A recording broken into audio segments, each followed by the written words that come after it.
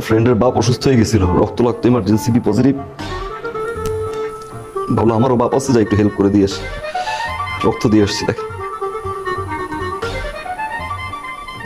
হ্যাঁ দোস্ত। হ্যাঁ বল।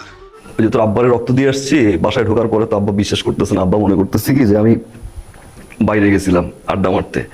তুই একটু বলতো। দে দে দে দে। হ্যাঁ এই যে আব্বা বাসি আছে, বল। শোনান আব্বা। এই ছেলে সালমান কোথায় গেছিল? আঙ্কেল সত্যি কথা বলতে কি, ও আমাদের সাথে আড্ডা দিতে গিয়েছিল। ইচ্ছা মতো আড্ডা দিছে মাত্র।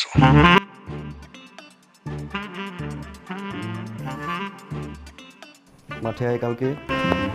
এই শয়তান বাটপা লাফাঙ্গা, তুই এত কয়লা বই বই করে বুঝাই যে আমার জান দ্বারা জ্বালাইস না, আমার জান দ্বারা জ্বালাইতে তুই কয়লা কয়লা বানাই ফেলাইছ, তেজপাতা কইরা ফেলাইছ হারামজাদা। আর কত দাঁড়াবি?